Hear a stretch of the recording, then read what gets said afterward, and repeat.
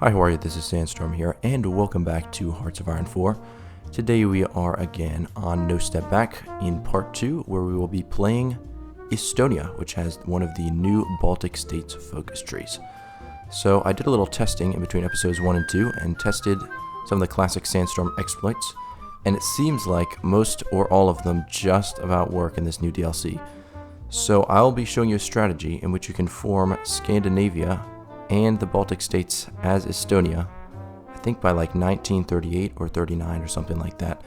Now it is a little bit RNG reliant, so you may have to start over, but most of the big RNG rolls happen in the beginning of the game. So if something doesn't work out, it's not too much time just to start a new game, which we're going to do right now. So we'll just go and start on Estonia. Go with the regular difficulty, historical AI focuses, and no Iron Man mode like usual. Alright, so first things first, let's just assign all of our divisions into an army and put a commander on it. Our first national focus is going to be Rally the Nation, which is the first focus down our fascist path, which is arguably the best path on the Estonia tree. So we'll go with Rally the Nation. And with our free civilian factories, we're actually going to start by building a naval dockyard. For our research, we're going to go with Paratroopers, Naval Invasion 1, and let's go with Electronic Mechanical Engineering.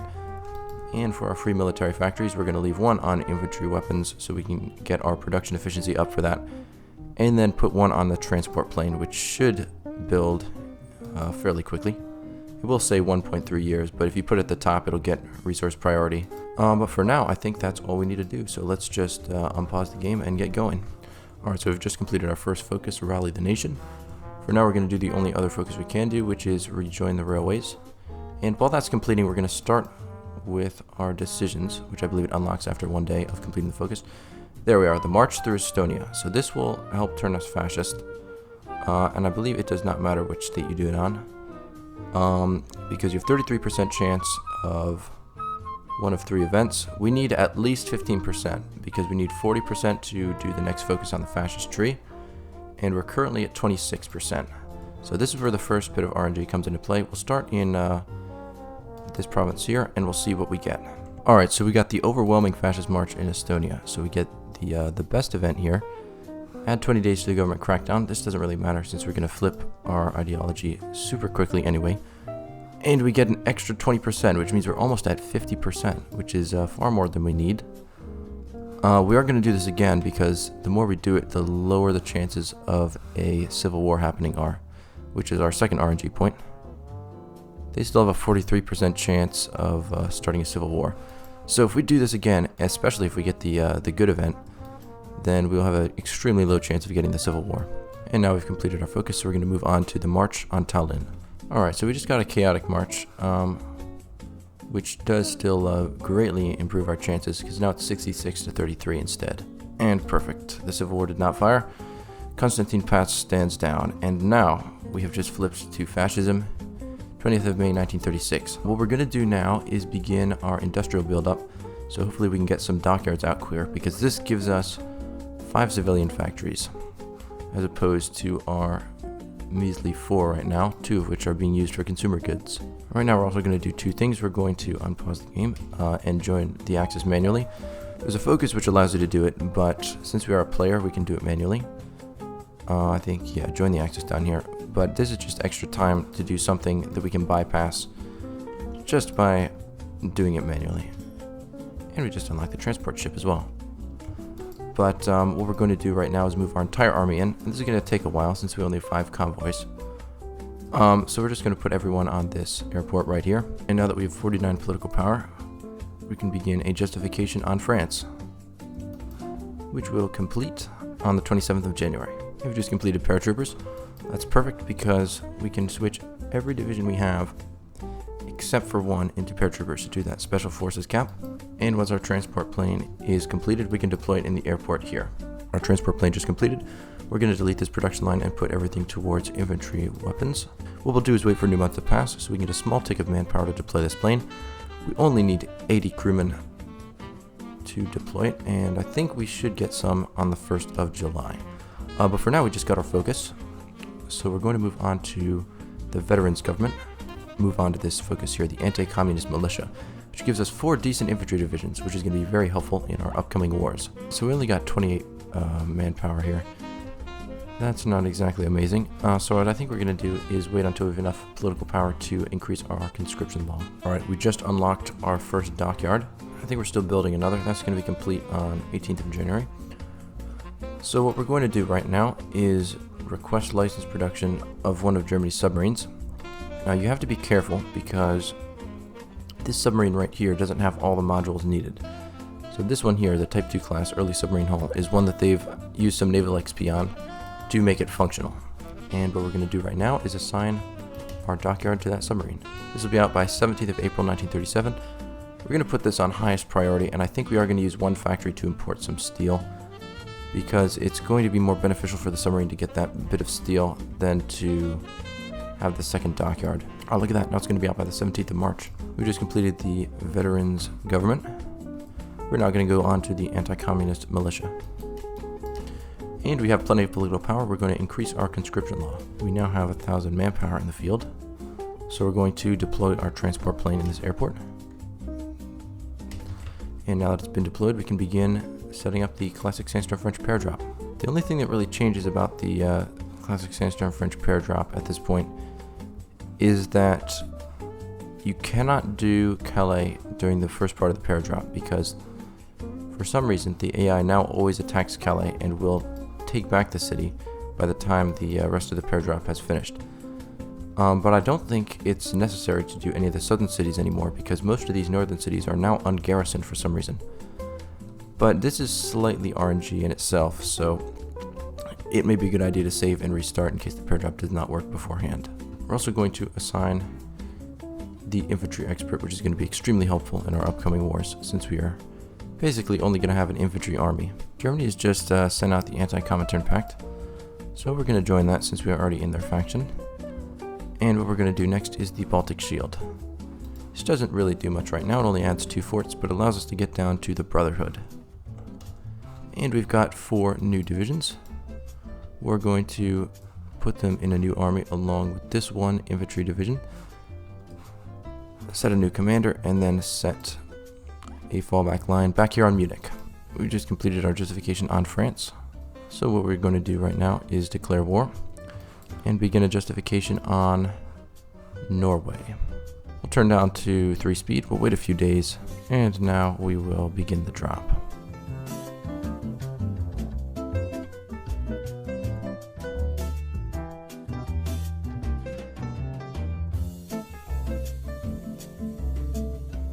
And we got all the cities. France has capitulated, and we should be arriving at the peace conference promptly. Now we do have free dockyards. We're going to assign them all to this early submarine hull in the hopes that it can shave off a day or 2 before we reach the peace conference. Which I think it will, actually, because we are going to be puppeting France right now in whole. We do not have anywhere near the manpower or infantry equipment required to garrison the whole of France and its empire, so we're just going to puppet the whole thing for now. And as with other small nations like El Salvador, we will train up loads of troops from France's manpower pool, which is not very small right now. It's almost 800,000. And they gave us a good bit of infantry equipment as well. They gave us 8.9k, which should be enough to train some French divisions. So we'll copy over their infantry division template, and we'll train up as many as we can. Now this is going to be limited mostly by our own manpower, because it does require us to have a little bit of manpower to train divisions from our subjects. And what we're going to do right now is delete this fallback line. We're actually going to see if France has any divisions. Oh, they have 6 divisions, which is actually quite good. Let's find out where those divisions are. We'll request their forces. Alright, so they have 1 in West Africa, 1 in the Mediterranean, 1 on Madagascar, another 1 in West Africa, 1 on Kerguelen Island, and 1 on Corsica. Alright, so what we're going to set up is the naval invasion of all the British Dominion subjects, in case we don't get everyone we need for Scandinavia and the Baltic nations in our next war. So I'm going to put all these French divisions in an army. We'll use 4 of them for our invasions, and then we'll use the other 2 to invade Britain proper, along with the French troops that we're going to train up with France's manpower pool. So I'm going to take this division over here in West Africa and assign it to a naval invasion order, down to invade South Africa. Help to hold, so it doesn't have to go all the way to the wrong colony. These divisions here, these 2 are going to be good to just invade the UK proper, since they are very close to France. So we'll also tell them to hold. This division on Kerguelen Island is probably one of the closest ones to Australia and New Zealand, so we're going to tell them to go there. And the one on Madagascar I think is also going to be fine to go over here to New Zealand. And then this division in West Africa is going to be sent over to Canada. We'll assign a commander to them as well, and I think we'll assign a field marshal to everyone. Now all we need is our submarine to get out, which is going to do on the 18th of March. Alright, good. United Kingdom is guaranteeing Norway already. Our justification is going to be complete on the 9th of March, but we're going to be at war for a few months. What we are going to have to do, since it is only one submarine, is take it around to all the different areas, which will take a while, but the submarine is fairly quick, and we should be able to make it happen. As long as it doesn't get sunk immediately coming out of port. Can we deploy it anywhere outside of Estonia? No, we cannot. I'm also going to set all of these divisions to only deploy once, since we do not have enough manpower or equipment to keep them deploying as a repetitive production line. I'm also going to bring our airplane over here, group up 3 paratroopers to go into the United Kingdom, and then create a new army for them. And then we'll take the rest of the paratroopers over to this airport here in northern Germany. We're also going to set a paradrop into the United Kingdom, starting with Dover, and moving over to Portsmouth. We're going to assign all of our main army over to the UK border. And I'll assign the deployment to deploy directly onto that order. We're also going to take our small air force of 18 planes over into northern France in case there are any issues with the air zone. And we've just completed the Baltic Shield, so we're going to go straight into the Brotherhood, which is going to save us a lot of time from justifying on these 2 nations. Alright, now as soon as we can get these divisions out at the 20% minimum, we're going to deploy them. Oh, that's a good 18 divisions we just got out. That should be plenty, but let's see if we can get these rest of these divisions out, because they are close enough to 20 that we could just get them there. I think we're going to delete these last 3 though, because we're not going to have any chance of getting that out. Justification on Norway is complete, and we just completed our other dockyard. That's quite nice, actually. I think we're going to work on building another military factory. Really doesn't matter what we do, because as soon as we start occupying the UK, we're going to get a lot of factories. Oh, we got 12 factories. Oh my goodness. Let's produce a lot of infantry weapons, because we're going to be burning through that very quickly with our infantry pushes. Now, for some reason, Norway is guaranteed by Czechoslovakia, but that is no issue. We can just paradrop them as well. But for now, I think we're just going to wait for our submarine to deploy, because it needs to get through the Danish Straits. It is going to deploy in 4 days. Now, we can't actually deploy our submarines since we're out of manpower. So I'm going to change up our law to service by requirement. Alright, we got 2 more divisions to deploy. Let's just delete that, and hopefully our submarine can now deploy with that. Oh yes, it did just deploy. Perfect. What we are going to do is just leave this line going, because if we get another submarine out, that's going to be very helpful. It's going to save us some time. And I think the first place we're going to go is Canada, because they're the most annoying to invade. So if we don't invade there, that's going to be a big issue. I think we're going to try and get Canada and Australia.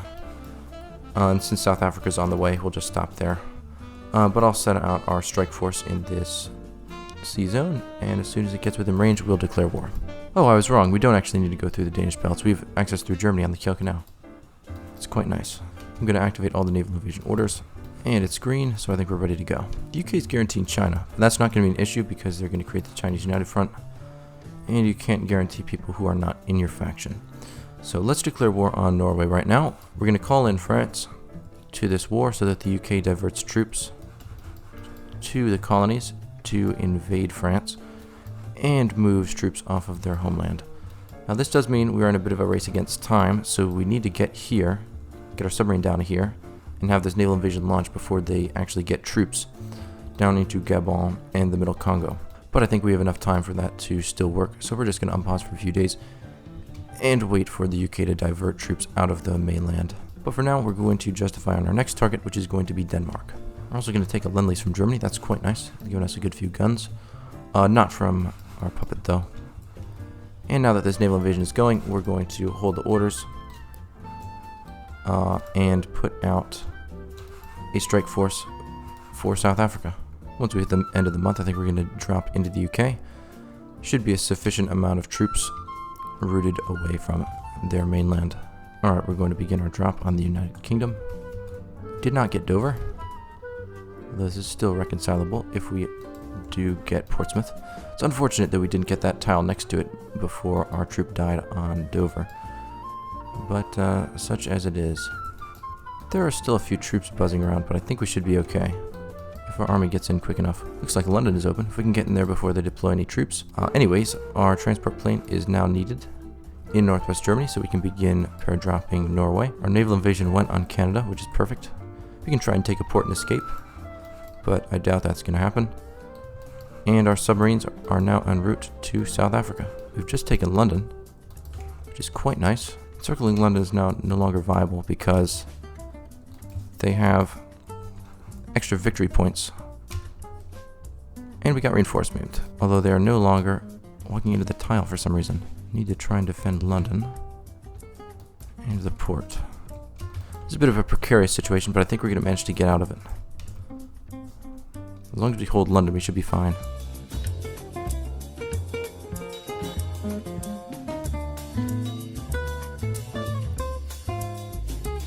And now that our beachhead is sort of secured, I think it's time we take our paratroopers out of the UK and bring them back to Estonia, because we're going to need to do a few paradrops from the north as well. And speaking of paradrops, now that our paradrop plane has arrived, we're going to enact the paradrop on Norway. Our first order of business in the UK is to rush all the ports. It's very important we do that so that they cannot land any more troops on the UK that they can't deploy directly. And our naval invasion on South Africa has just begun. It means it's time for us to unassign these sea zones and finally move all the way over to Oceania. We have no issues with supply, even though we have a fairly large army over here, which is great since we have managed to capture so many ports in southern England. We keep getting reinforcement, which is where a division with high organization comes in to defend a division with low organization, but both of them get pushed out of the tile for some reason, which is worrying, but we are still winning. So the paradrop on Norway is a bit glitchy. We sort of have to move around the transport plane a bit. And then it works. But next up, I think we are justifying on Denmark, which is going to be ready in 9 days. So we will prepare a paradrop into Odense. Now, it is a victory point and a port, but for some reason they usually don't guard it. So we can get this paratrooper back and use it again on Czechoslovakia. Alright, it appears there's going to be a naval invasion into western France. I can't tell where from, because I think we've taken most of their ports that can reach western France. Our troop has sadly died in Canada.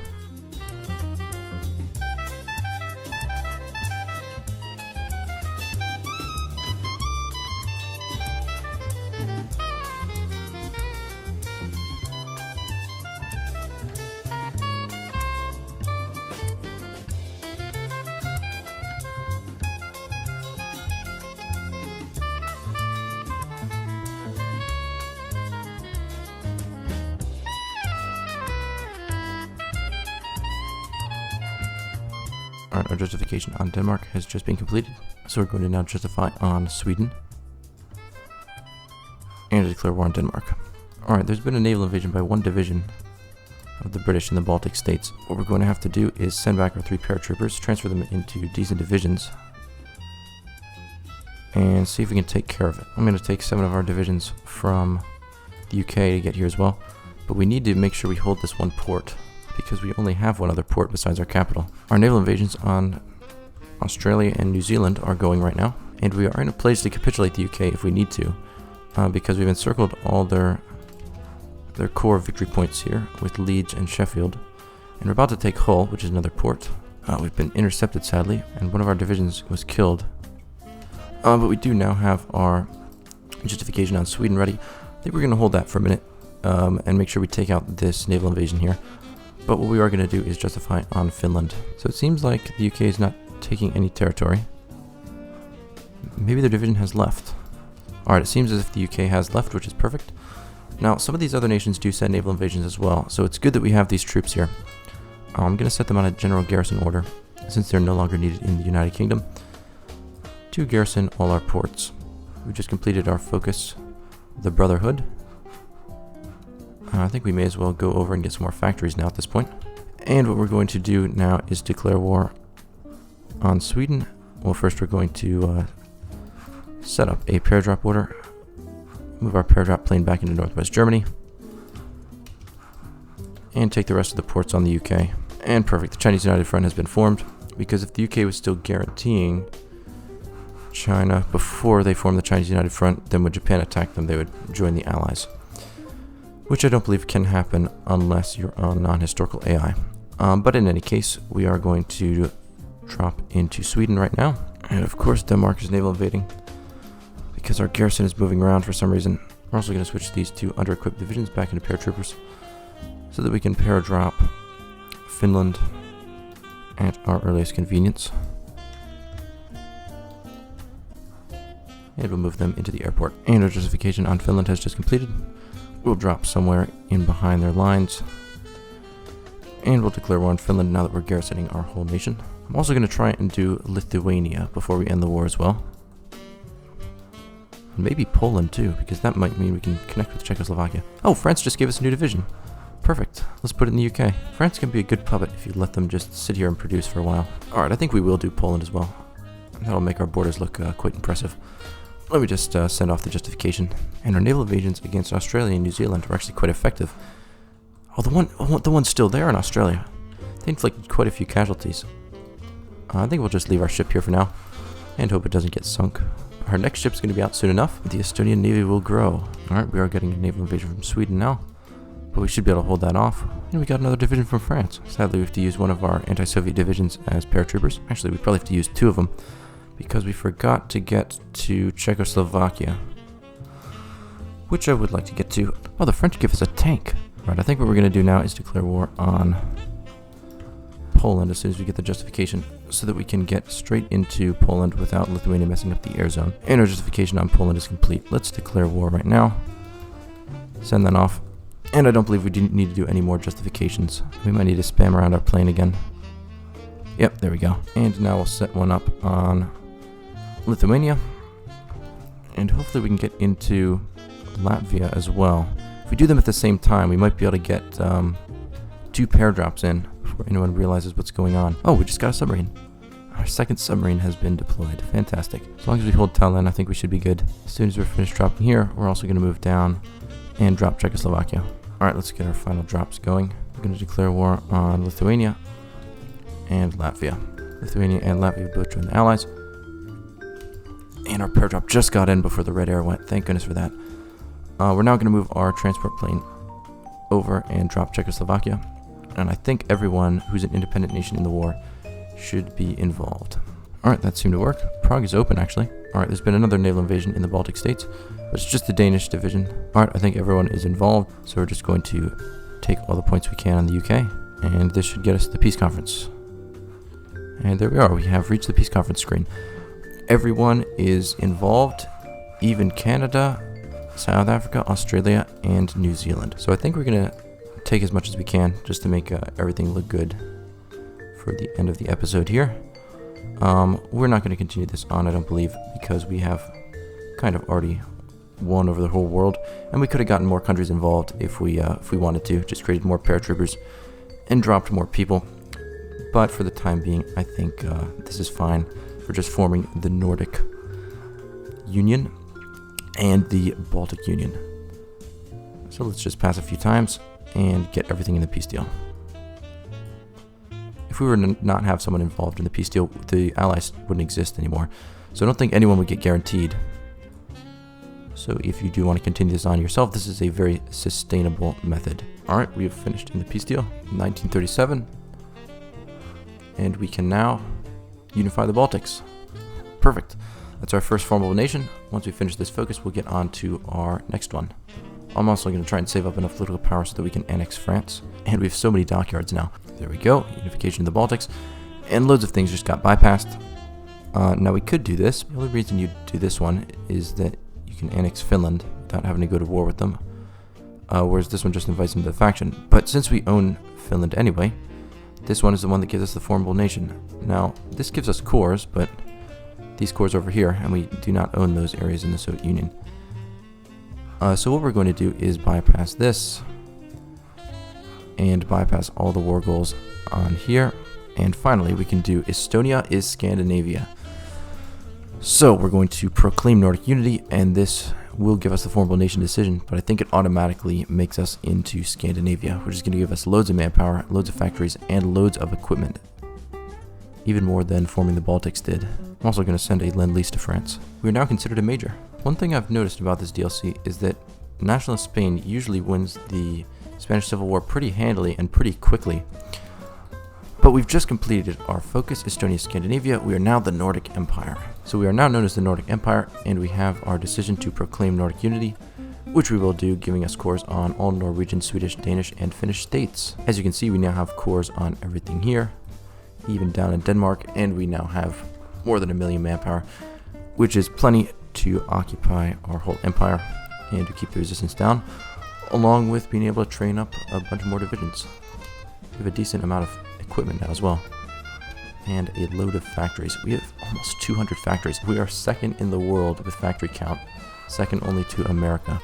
And as we gain compliance and whatnot in the UK and annex France, we're going to have the most amount of factories in the world. So as always with these Sandstorm strategies, we have become the most powerful nation in the world by 1937. I'm just going to keep the game running a little bit so we can annex France, and we can take a look at the true borders of the empire. Alright, and just before the changing of the year, we can annex France. And look at that. All we have left is the Estonian Raj and Estonian Militia, which are fine for now. But the axis is quite large. Italy is now at war with Greece. They're going to become even more powerful and join the Axis later. So you're really set for this game. You can do whatever you want. Take out whoever you please. But anyways, thank you very much for watching. I hope you enjoyed this episode on the Nordic Empire and Estonia in the new update. I think our final episode, episode 3, on No Step Back will be coming out soon enough on the Soviet Union. So I'll see you then. Thanks for watching. Bye-bye.